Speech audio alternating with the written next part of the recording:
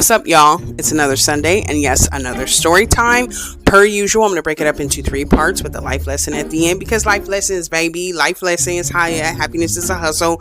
They all go together, okay? And if you are looking for a hybrid community that, has some in-person meetups as well as motivational texts and things like that to get you through the week, check out higherworld.com. Our memberships start at free $99, okay? Check it out. Also, if you like what you see, go on and subscribe to the YouTube.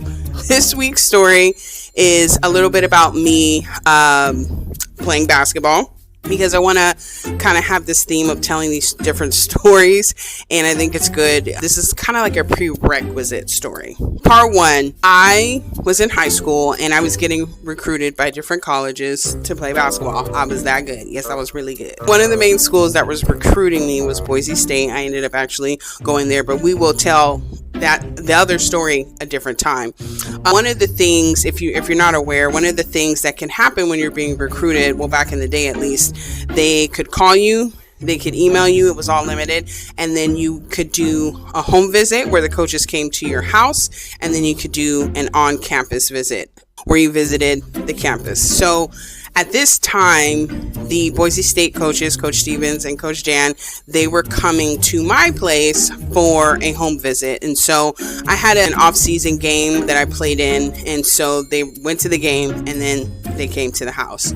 Part 2 of the story, I played really well, period. And so after the game, they came to the house. Now, my mom, Cynthia, had fully prepared for them to come over. So, she had food. The house was clean. It was smelling good. Okay. Because she was ready. She was like, somebody gonna get my baby money to play this basketball. And I also really like those coaches. So when they came to the house, everything was set up. Everything was great.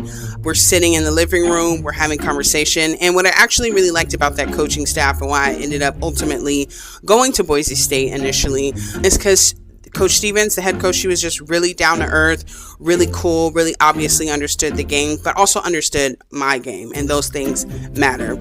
So, we putting on a show, they putting on a show. Now we get to part 3. My brother Paul, who is one of my biggest supporters ever in anything in life, he had gone to the game, but he had rode with his homie, so he wasn't there when he initially got there and the coaches were there. But he came in while we were talking, and once he came in, I knew he is probably inebriated. But my mom, she was immediately like, I cannot believe this. So she couldn't hold it anymore. So he went in the kitchen, and the way that house was set up, the kitchen, there was a wall between the kitchen and the living room, but you could just hear her. And she was like, are you high? And he was like, yeah. She was like, go upstairs, get the hell up out of here. So when she came back to sit down, obviously me and these coaches, we done heard the whole conversation. So I'm laughing because I was like, it's funny. I don't think this is going to mess up my chances of getting a scholarship. It could have, but I didn't. They were kind of laughing. And I think one of them even was like, oh, when I was in high school, I was turned up too. But when I tell you, Cynthia, I thought Cynthia was going to excommunicate Paul, and I ended up getting a scholarship. So the life lesson here is to actually just be yourself.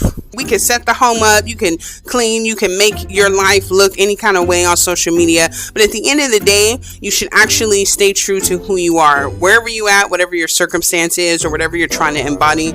Because if people really want you, they gonna want you because of who you are, not despite who you are.